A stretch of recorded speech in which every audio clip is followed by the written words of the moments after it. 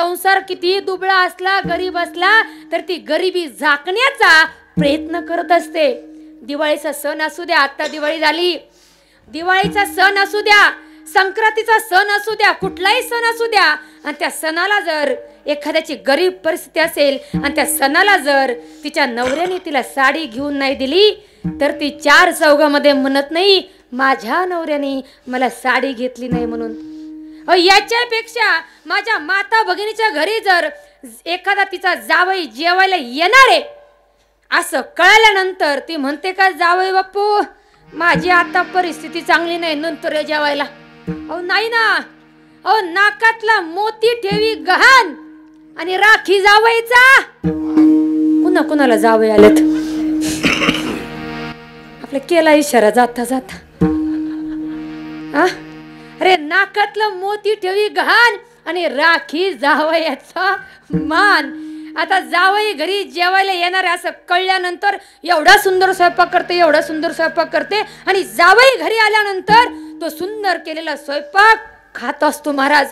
पण एकदा जावई घरी आला आणि त्या सासूबाईच्या हातचा स्वयंपाक खाल्ला, एवढं जेवण आवडलं, एवढं जेवण आवडलं. त्या जावई बापूंनी सांगितलं, विचारलं सासूबाई याला म्हणतात तरी काय? सासूबाई म्हटली जावई बापू तुम्हाला काय करायचंय, तुम्हाला जेवढं खायचे तेवढं बिनधास्त खा.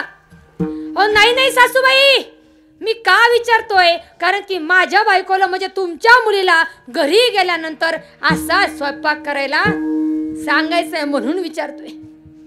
त्यावेळेस त्या सासूबाईने सांगितलं जावई बापू याला की नाही काय म्हणतात दिरड गुळवणी. आता ते येडच होतं, जरा विसर बुळ होतं महाराज. आता डिरड गुळवणी डोक्यामध्ये जपच करत चालला. त्याला वाटलं घरी जाईपर्यंत जर विसरलं तर. आता जेवण झालं, घरातून बाहेर आला. आता पूर्वी काही आपल्यासारख्या प्रायव्हेट गाड्या नव्हत्या महाराज. आता घरोघरी 4-4, 5-5 फोर व्हीलर आहे महाराज. त्यावेळेस बसने एसटीने प्रवास केला जात होता. घरातून बाहेर निघाला, रस्त्यावरती आला आणि बसची वाट पाहत बसला. बस आली, बस आल्यानंतर बसमध्ये बसला आणि त्याचा जप चालू होता काय डिरड गुळवणी, डिरड गुळवणी. आता डिरड गुळवणी जप चालूच होता महाराज. कंडक्टर आला, कंडक्टर म्हणला तिकीट तिकीट. आता तिकीट तिकीट म्हणल्यानंतर येड म्हटलं डिरड गुळवणी. त्यो कंडक्टर म्हणला तुझं डिरड गुळवणी घाल चुलीत. महाराज तुमचं डिरड गुळवणी घाला चुलीत, तिकिटाचे पैसे द्या. आता असं म्हटल्यानंतर पैसे दिले, गाव आलं, बसमधून खाली उतरला, परंतु ते खेडेगाव होतं महाराज. आता खेडेगाव म्हटल्यानंतर गाई म्हशी शेण सगळंच काही. आता गाव आल्यानंतर उतरला आणि त्या रस्त्यावरून चालू लागला, परंतु त्या रस्त्यावरती शेणाचं पोहू पडलं होतं महाराज.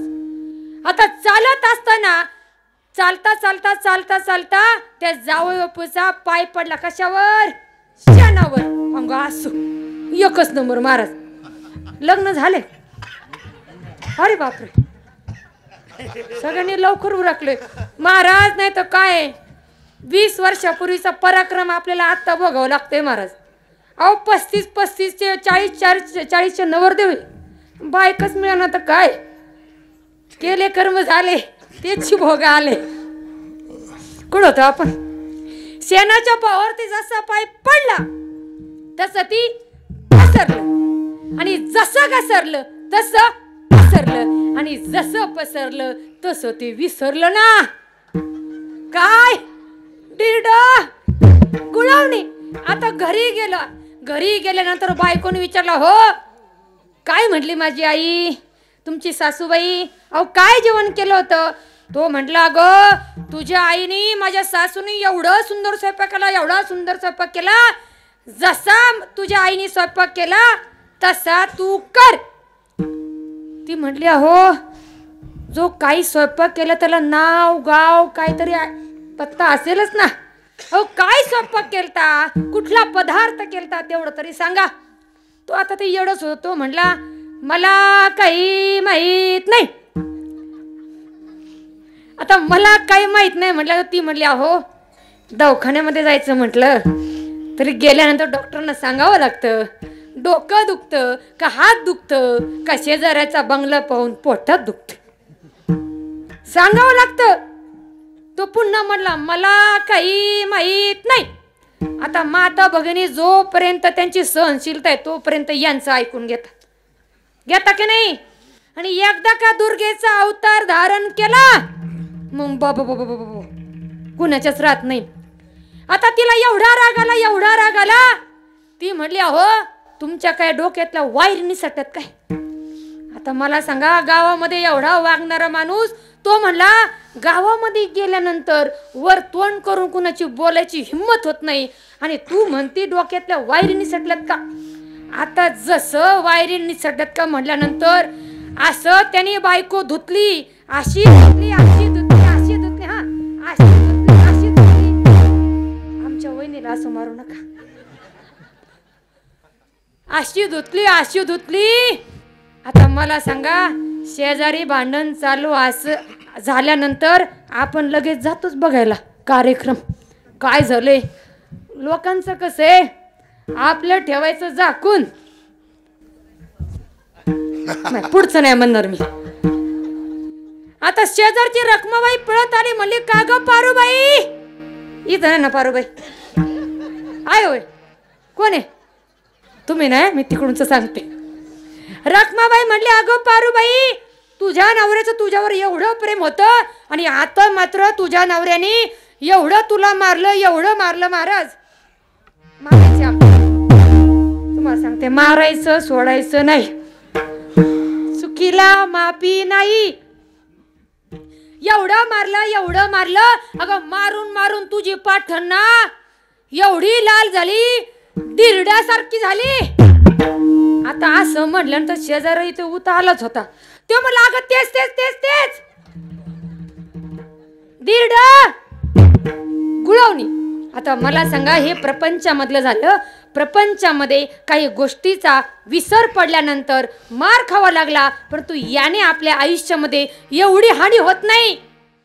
पारिजातकाचं झाड माहितीये ना, कुणाला माहिती.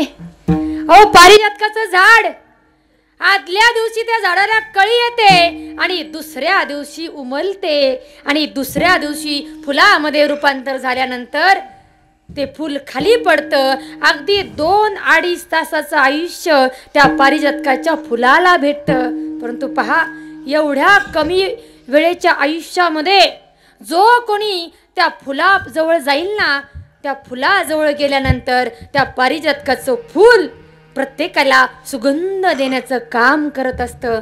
मग 2-2.5 तासामध्ये एवढीच फूल आपल्याला जर सुगंध देत असेल तर आपल्याला एवढं मोठं आयुष्य भेटले त्या आयुष्यामध्ये आपण काय करावं. तुका म्हणे एक मरणची सरे आणि उत्तम चिवरे कीर्ती मागे.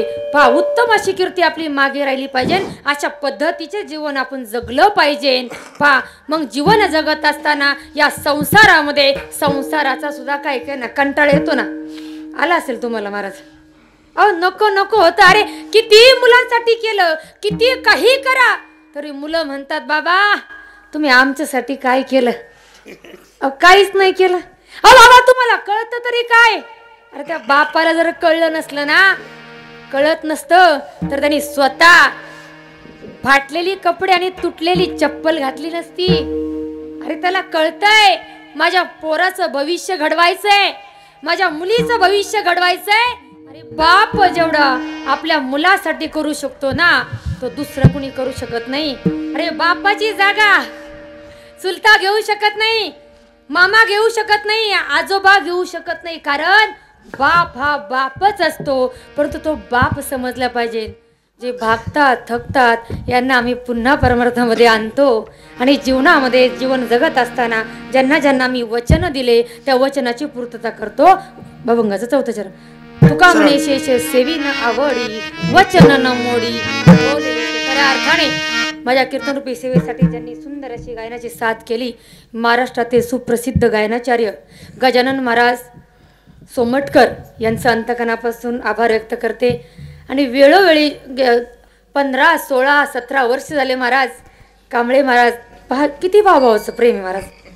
त्यांच्याच घरात गायक वादक सगळे पेटी मास्तर सगळे एकजुटीचा हे महाराज एकजुटी महाराज. पाची बोट एकत्र आहे. तुम्ही 4 आहे ना. कांबळे विठ्ठल महाराज कांबळे असतील सर्वांचाच अंतकरणापासून आभार व्यक्त करते. बाबा तुमचे आता वेळ झाली सगळ्यांची नावं घेत नाही. नवरदेव झाले म्हणायला. काय नाव आहे तुमचे? मारुती महाराज. मारुती तुमचे अंतकरणापासून आभार व्यक्त करते. चोपदार दादा तुमचे अंतकरणापासून आभार व्यक्त करते. इथं छोटी छोटी मुले आहेत पहा. निवृत्ती ज्ञानदेव सोपान मुक्ताबाई आता खाली बसलेत. त्यांचे अंतकरणापासून आभार व्यक्त करते. विनेकरी दादा मनात म्हणत असतील कधी बाई एकदाच संपवते देव जाणो का म्हणण्याचं कारण असं 2 ते 2.5 तास विना घेऊन उभं राहणं सोपं नाही. बाबांचं आणि दादांचं अंतकरणापासून आभार व्यक्त करते. सगळ्यात महत्वाचं माईकवाले दादा तुमच्या सिस्टीम किती आहेत मशनी? एक नेऊ का मी? गाडीत जागा आहे आमच्या त्यामुळेच मोठी गाडी घेऊन आले. भगवंताच्यांनी प्रार्थना करते दादांच्या आता जेवढ्या मशनी आहेत पुढच्या सप्त्यापर्यंत दुप्पट तिप्पट हो. दादांचं देखील अंतकरणापासून आभार व्यक्त करते. त्याचप्रमाणे सगळ्यात महत्वाचं आपला जो कार्यक्रम पूर्ण सप्त्याचा जो कार्यक्रम आहे ते यूट्यूबद्वारे आपल्याला पुन्हा पुन्हा पाहायला भेटणार आहे. मराठी तडका महाराष्ट्रातील सुप्रसिद्ध यूट्यूब चॅनल मराठी तडका आणि त्या मराठी यूट्यूब चॅनलचे सर्वा दिनेश भाऊ त्यांच्यासाठी एकदा जोरदार टाळ्या द्या. त्यांचं अंतकरणापासून आभार व्यक्त करते. आणि खऱ्या अर्थाने ज्यांच्यामुळे ही कीर्तनरूपी सेवा माझ्यापर्यंत पोहोचली सगळेच बंधू विठ्ठल महाराज कांबळे असतील सर्वांचं तुमच्या 4 जणांचं अंतकरणापासून आभार व्यक्त करते. कारण त्यांनी सौजन्य आता मी काय घेत नाही त्यांनी सौजन्य घेतलेले आहे महाराज. त्याचप्रमाणे ज्यांच्या कृपेने ज्यांच्या मार्गदर्शनाने मी इथं बोलत आहे ते म्हणजे महाराष्ट्र राज्य सरपंच परिषदेचे अध्यक्ष माझे धीर नवनाथाबा काकडे यांच्याच कृपेने मी इथं बोलत आहे. आणि त्याचबरोबर आत्तापर्यंत ज्यांची नावं घेतली आणि ज्यांची नाही घेतली त्यांनी असं म्हणायचं नाही महाराजांनी माझं नाव घेतलं नाही. ऐका ज्यांची नावं घेतली ते झाले देव आणि ज्यांची नावं नाही घेतली ते महादेव. ज्ञानेश्वर माऊली